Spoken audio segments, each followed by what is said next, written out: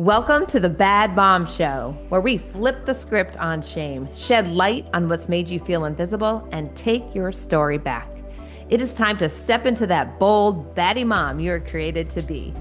Around here, BAD stands for blessed, already approved of, and divinely designed, because you are not a bad mom. You are a leader.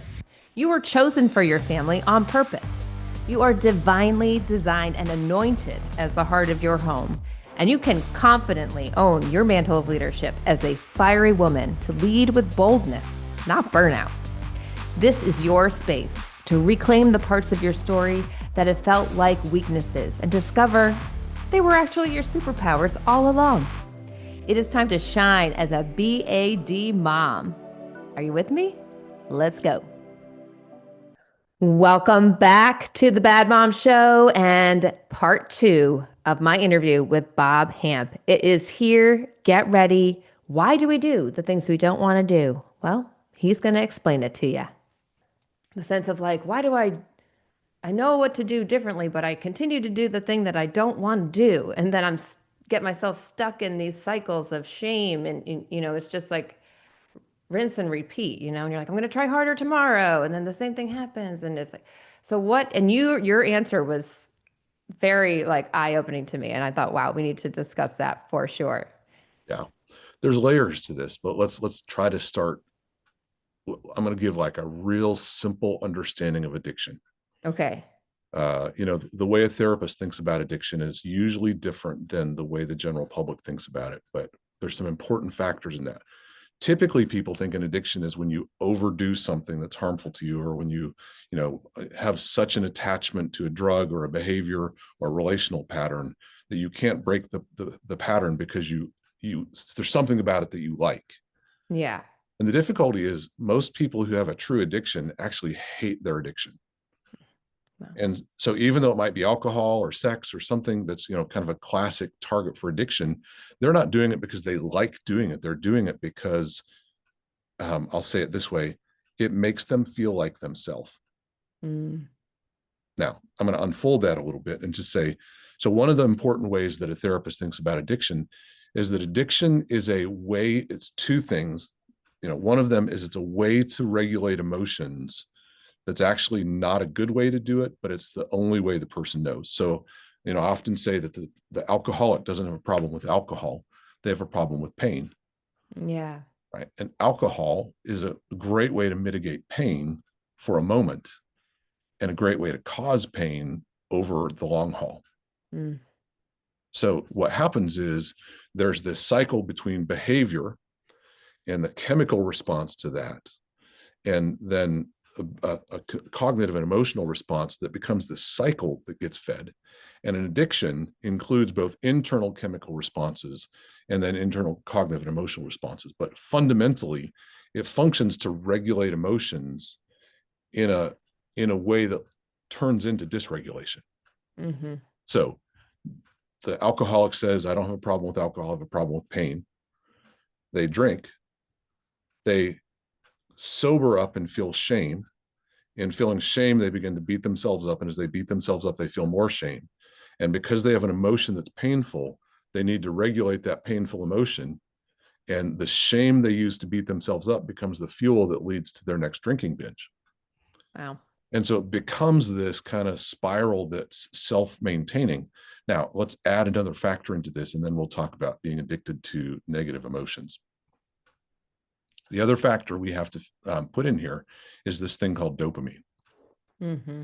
Right? Dopamine is what the reward that your brain gives you when you do what it expects you to. I'll say that again. Dopamine is the reward that your brain gives you when you do what it expects you to do. Oh my gosh, okay. It's supposed to make sure that you don't die, right? Its design is, hey, you're hungry, you should eat food. And then it rewards you with dopamine when you do what it expects you to. Or, hey, you're thirsty, you should get some water. And it rewards you with dopamine. But over time, we reprogram the machine. Mm-hmm. So now the brain starts to expect things more than just food and water and sleep. And now it expects things like coffee. Oh, right. Guilty. Same. I'm very familiar with this particular addiction. But there's this thing that Starbucks says right there on the cup. It says that first sip feeling. Oh, wow. Yeah. Right. That first sip feeling isn't caffeine. That first sip feeling where everybody goes, oh, right. That's dopamine. Because one sip of caffeine is not enough to make you feel better. But one hit of dopamine is immediate pain relief. So dopamine is a pain reliever and a pleasure producing chemical simultaneously. And it's why we sigh when we have our first sip of coffee. If you're a smoker, which I've never been, but I understand it's the same thing. You take actually when you start the rituals that go with it, et cetera, et cetera. So you've got the cycle then that here's the behavior you're trying to stop. But when you do it, there's a hit of dopamine. Oh, and here's the phrase, I finally feel like myself. But I feel shame. When I feel shame, I beat myself up. When I beat myself up, my shame multiplies. The more I feel negative feelings, the more I dysregulate my dopamine and I dysregulate my emotions. And because I don't like the emotions, I know dopamine will provide relief. So it's this drive to do the same thing again because I know I will feel relief. Wow. So that's so good. now we put a negative feeling in there. Let's get your kids out of it. Let's pretend you also yell at people in traffic. Bob, are you following me? Okay. I've heard of people. I've heard of those people. I've heard of people out there. One of the things I always say is, if you think that everybody out there is driving too slow, it's possible that you're the one who's driving too fast. Right? But I may be talking to myself when I say that. So imagine this. You have a great morning. You've gotten up, you've had your coffee, you've gone through the entire day. Your kids have been sweet. You've been sweet back to them. Your husband gives you a big kiss as he heads for work. You go jump in the car to drop the kids off. And you realize somewhere in your unconscious mind, your body starts to go, hey, Teresa, it's usually right about now that somebody cuts you off. And nobody does. So your brain starts looking at the traffic ahead going, who ahead of me is going slow enough that I can start being mad at them? Well, that one's not quite going slow enough. So if I accelerate, I'll feel like they're going slow and I can get that dopamine hit. So what happens is if we're not getting the thing that agitates us, if that's what feels familiar, if that familiar feeling, as Joe Dispenza says, that familiar feeling that you call yourself, if that familiar feeling that you call yourself isn't happening, your unconscious mind knows how to get you there. And so if the feeling that you think is yourself is being angry at your kids, at some point you create a perimeter, which we can go into this if we need to. Anger is a natural response to a violated boundary. Okay. It's a healthy thing. Yeah. When the boundaries are healthy. Yeah. But if we're not getting the dopamine hit we need, we adjust our boundaries so we already feel violated. Wow, that's good. Or another way to say that is we raise our expectations so that our anger comes earlier than it necessarily needs to. Now, like unmet expectation. Right. So, or unmet. So I'll say it this way. I was working with a couple one time where he really was not, he wasn't doing his husband lessons very well. There are a number of times that he really didn't show up the way that a husband needed to and didn't communicate the way a husband needed to. But there was a 2-day period where he was really working at it and doing good. But the wife sat in front of me and said, yeah, but I could only imagine that what he was going to do tomorrow. And so she's already anticipating tomorrow and starting to feel angry about something that hasn't even happened yet. Wow. She's extended her boundary to where he can't win. Because if he's doing good today, she can only imagine how bad he's going to do tomorrow. And she's already preemptively mad about tomorrow. That's a sign of someone who's addicted to the negative emotion of frustration with their husband, their kid, their boss.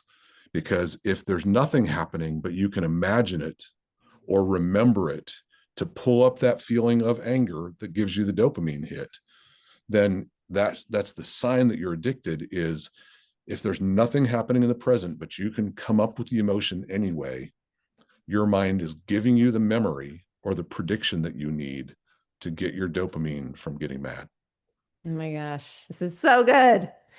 And like, okay, so many things I could think on this. So like, okay, then do you go like, okay, so where did that come from? Because it's coming from somewhere. And is it a construct that's been formed inside of your brain for how you,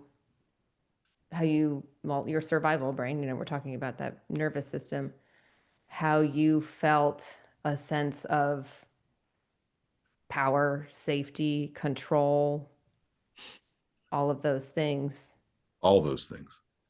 So the let me jump to a different arena for a minute to talk about also. I mean, you're not wrong about that for sure. It comes from those repeated experiences from childhood, especially, family of origin, because as we always say, your parents push your buttons really well because they installed them, right? So, and so those repeated patterns set our nervous system in that 95% unconscious comes from the repeated experiences of our childhood. But boy, I hope I didn't forget what I was about to say, but I might have. No, it's coming And back. it was really good too. Oh, no, it's going to come back. Yeah, it's definitely going to come back. I was saying when you shared that dopamine, we'll find a way to get the hit. Oh yeah. And So if what I was going to say is, let's jump to the arena back again to weight loss, right? yeah, So one of the things that we discovered is that the number one search question on the internet is, why can't I lose weight? wow, number one. Right. The number one. That's everybody is searching. However many millions of searches that is, that's the number one search question on the internet. And so the problem with that is they're asking the wrong question. And anytime you get the right answer to the wrong question, it's still the wrong answer, but you feel satisfied. Mm. You can't lose weight because you're eating too many calories and you're not moving enough. Ah, I'm satisfied. Wow. But here's the question that's not being asked, and it's the actual question that will solve the problem. Rather than ask the question, why can't I lose weight? What would happen if we asked the question, the core question, Teresa, who am I really? Because I'm going to say, nobody was born to be morbidly obese. Right. That's not programmed in. And even if you're raised in a family where the generations have been morbidly obese, there may be some genetic expressions that lead to that, but it's not the core genes themselves. It's just the expressions of the genes. And even more, it's much more about the family patterns where food begins to equal love, or food begins to equal protection, or food begins to. And so instead of saying, why can't I control those things? What if we ask the question, who am I when those things aren't a problem? Mm. Instead of being against something, be for someone. Be for yourself instead of against something. So put this back in the arena of being angry at your kids, right? Instead of asking the question, why can't I stop being angry at my kids? We ask the question, who am I really? In the same way, no one was born to be obese. Nobody was born to be overtaken by rage. Right. Let's go back to this thing. You were, always have been created in the image of God himself. Loving kindness, patience, all those things are your natural birthright. Somewhere along the way, family or early life experiences, all those different things trained you to have a picture of yourself as somebody who has set your boundaries out here so it doesn't take much to violate them. Expectations are high, so it doesn't take much to violate them. And a belief system that says anger is what will change my kids. All those things come together to rob you of your true self. Wow. Does it rob your kids? For sure. But the bigger thing, because this is the solution, the bigger thing is it robs you of you. Mm-hmm. Because the real you absolutely already isn't angry at your kids. Right. The real you, in fact, is loving, kind, patient, and sets firm boundaries and enforces them. But the version of you that you've experienced over and over again, when we talk about that cycle of addiction, the you that you've experienced over and over again, so therefore the you that you believe you are, gets dopamine and feels like herself when she's doing something that's not herself. Wow. Learn to become yourself, everything changes. So, okay, I'm going to ask the how. How do people break that cycle? Because it's true, anger is not a bad thing, right? There's righteous anger.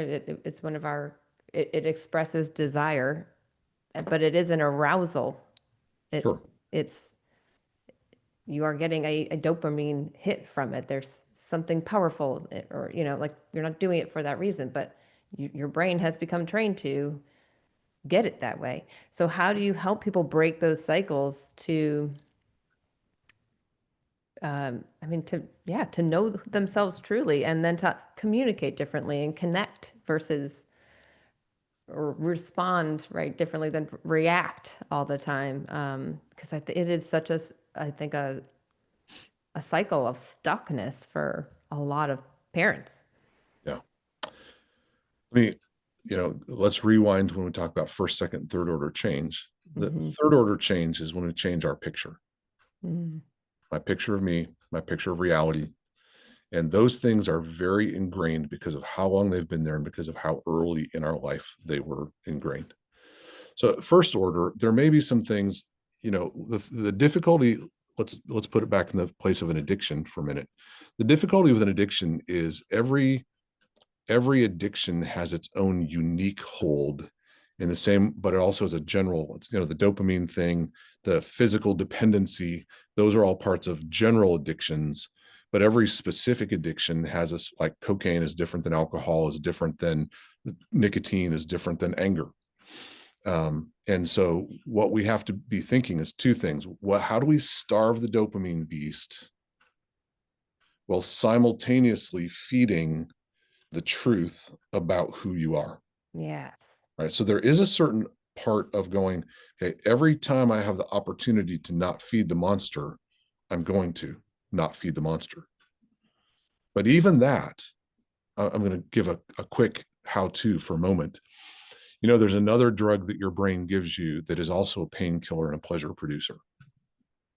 And instead of being produced by the bottom half of your brain, the survival part of your brain, it's produced by the limbic system, which is just, the beginning of the top upper, creative, genuine version of you. But the limbic system releases a drug called oxytocin. Right? And you probably heard that word before. Most people have. It's sometimes known as the love drug because it's released when people connect. Right? And so the deeper the connection, the more oxytocin. And so when you're with your intimate partner, and in particular, and then talk about sexual activity and orgasm, oxytocin is just flowing like an unleashed garden hose. And that's why there's such a physical relaxation, pleasure experience beyond the physical sexual experience, because oxytocin continues to flow. And the beauty of oxytocin is it not only comes from connection, but also then fosters connection. Where dopamine is this roller coaster ride of I need more tomorrow, I need more tomorrow. Oxytocin is this gentle upward slope of I feel better and I don't hurt. I feel better and I don't hurt. And because it both fosters connection. Oh, look, I feel more connected to people. And the more I feel connected, the more it produces, the more I feel connected. And so it fosters my connection. That's the way out of the dopamine cycle. It's not just stopping the dopamine. Well, dopamine comes when I yell. I'm feeling my rage start to come.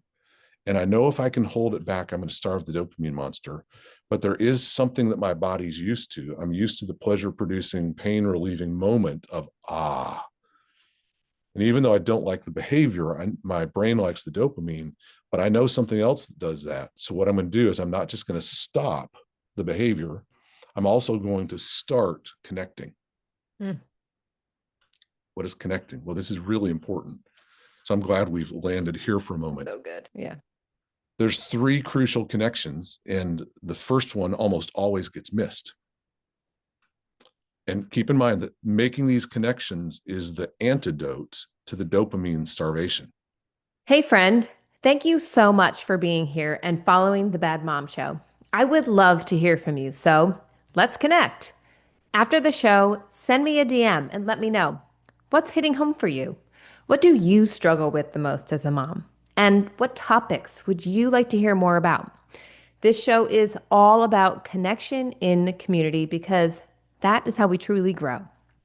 So reach out to me at the Teresa Todd on Instagram, Facebook, or even TikTok, and I cannot wait to hear from you. Once we say no to dopamine, we've got to turn and say yes to the oxytocin, which means we've got to start making connections. And most people think, well, quick, connect to God and connect to your loved ones. And I would say, if you start with one of those two, you've probably missed the most important one. Mm, Pause for dramatic effect. I know, like, tell us. Suspense, I have right? a feeling, but The most important connection is being connected to yourself. yeah. And for the religious among us who say, yeah, but we've got to be connected to God before self, I would say you absolutely cannot be connected to anything else if you're disconnected from yourself. Wow. So right in front of me, there's a lamp and it's plugged into the wall, and that's where the power expressed in the light bulb comes from. But if I cut the cord and leave it plugged in, there's no more power in the lamp, not because there's not any power, and not even because it's not trying to connect, but because it's disconnected from itself. Mm, So when we disconnect from ourself, it's impossible to connect to God. And I think the thing that most people run into is they're begging God to intervene, but they're not connecting to their own heart. And that's where God enters. mm, Well, I don't want to connect to my heart. It hurts right now. It's ugly right now. But here's the thing. Where does Jesus show up? right. He shows up where he's needed. He shows up in the place where his medicine works. So we disconnect from our heart at the times we need it the most, the time we need the connection to God the most, the time when Jesus, what is it, Romans 5, right? The more we sin, the more his grace abounds. Mm, And so what that means is the greater the need, the more he gives. But our problem isn't whether or not he's giving. Our problem is whether or not we're present when he gives. mm. We disconnect out of shame. We disconnect out of the pain we feel. We disconnect, and because I don't want to feel those things about me, and I don't want to feel those things. When we disconnect and Jesus shows up, he's like, you called me. Where are you? I came in your heart to help, and you're Yes. not connected to your heart. And so I've got a friend, Ann Wrestler. She's a counselor, and she said the smartest thing one time. She said, everybody wants beauty for ashes, but most people don't stay in the ashes long enough for the beauty to show up. Mm, that's so good. And so the idea is, when we're going to use connection as a way out of the dopamine cycle, we have to first of all connect to the unpleasant things about us. Right? Remember, part of the cycle is there's something we don't like about ourselves, and so we regulate with our addiction. But instead, we connect to the part of us we don't like and invite Jesus into that. Mm, You sit in that moment where you feel dirty, you feel like a failure, but you stay in it because that's what it means to connect to yourself. yeah. And in staying in it, you're not trying to prove something else. You're not arm wrestling yourself. You're not putting on some, false version of you. You're sitting in that long enough to go, this is the place I need you to connect. Mm. So after connecting to yourself, which means feeling what you feel, being aware of your inside world and not running away from it, then we connect to God, and there's real power in that. So So, good. I'm like, yeah. oh my gosh. Say it again. It's so true. I know. I'm like, I just encourage everyone to just like think of a moment like that because it happens so quickly. I mean, just Right. thinking of parenting, we're so reactive and like I mean, there's so many elements to it. It's your story. It's this highway that's this survival mode that you've been constructing your paradigm in. But then there's also this like this fix that you actually get from it where there's almost like a letdown once you let it out, it feels so good, right? Like, oh, there's a Right. even though it There's doesn't, dopamine. because now you're in the shame cycle. But if you can pause and ask yourself, because sometimes it's not even anything bad going on, right? You're just getting angry. Well, Um, anger is always a secondary emotion, oh, okay. right? So What's underneath? take the scab of anger off, and you'll discover either pain or fear or some mix of the two. It's, And so if we're going to ask for help with anger, we need to ask for help with our pain and our fear. yeah, And that's what we sit in and ask him to show up. yeah, So part of it, you said something really important, that is, it happens really fast.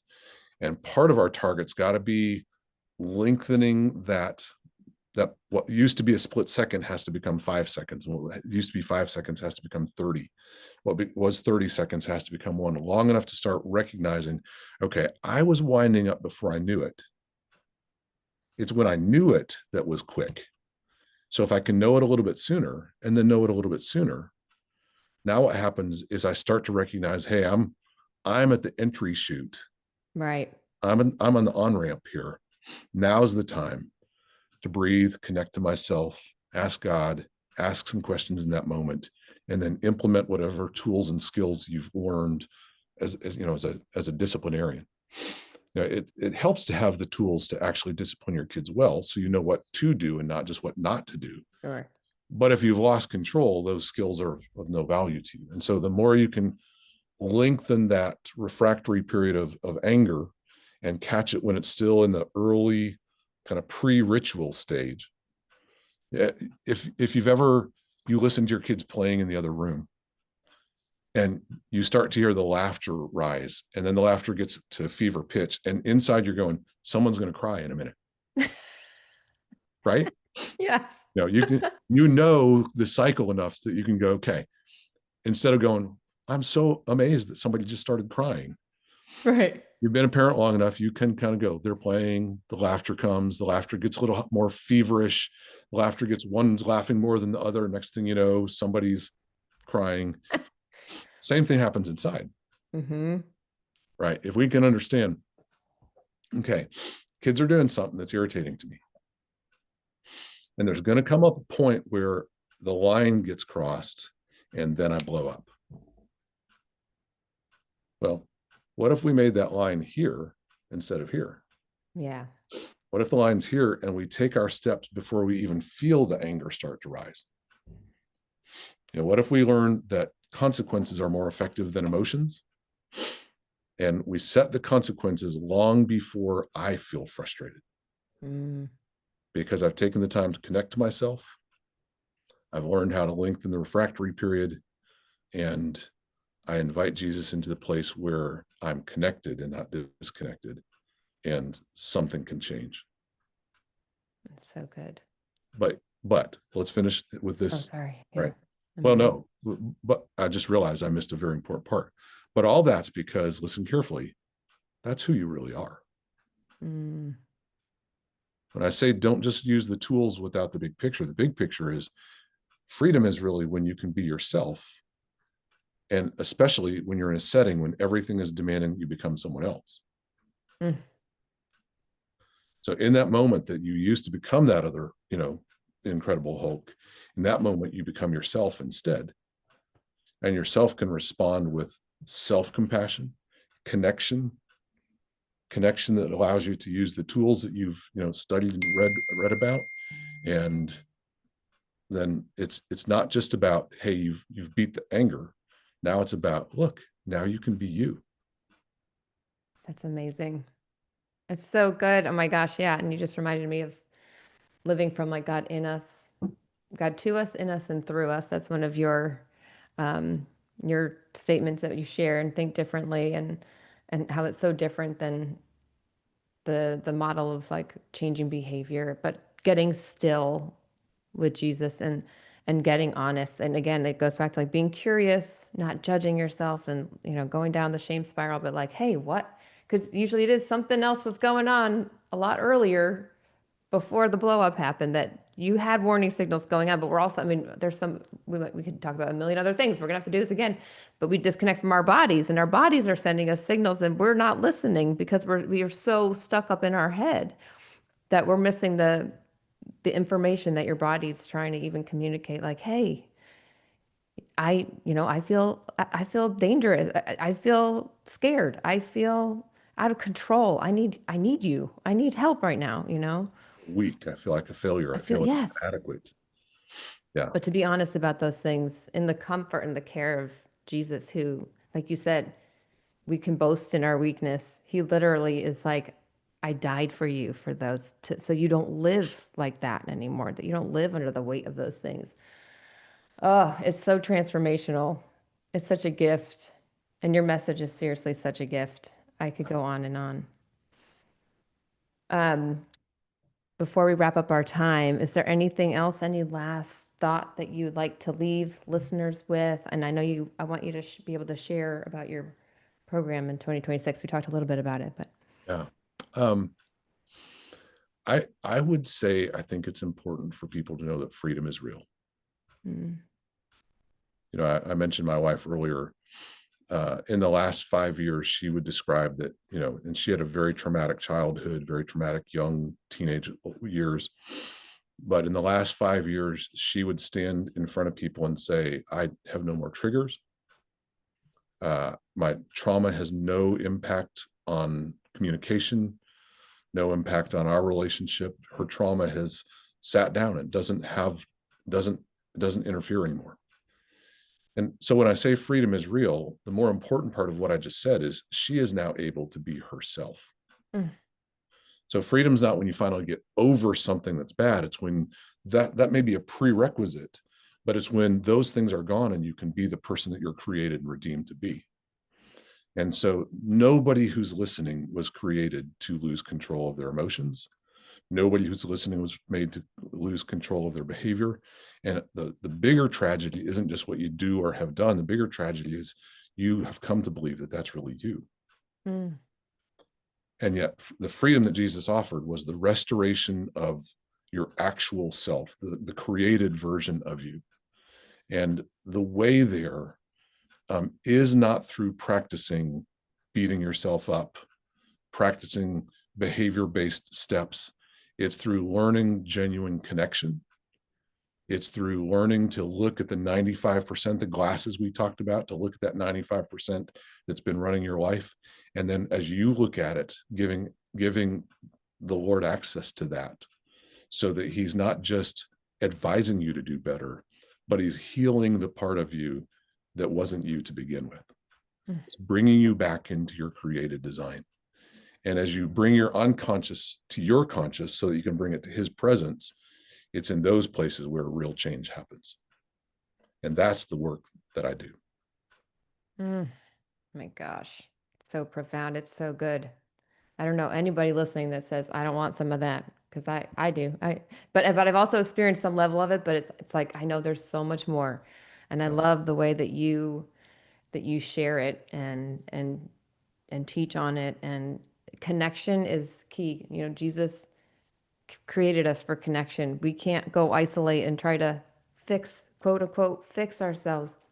Yeah. Just leaves us in these cycles. And like you said, the greatest tragedy is believing that that's who you are, when really you're created for freedom and so much more, and that it is possible to not just think that God's for everybody else, but he really is for you too, and that your life is so much more expansive. There's so much more to it than we even can see, than we can even imagine.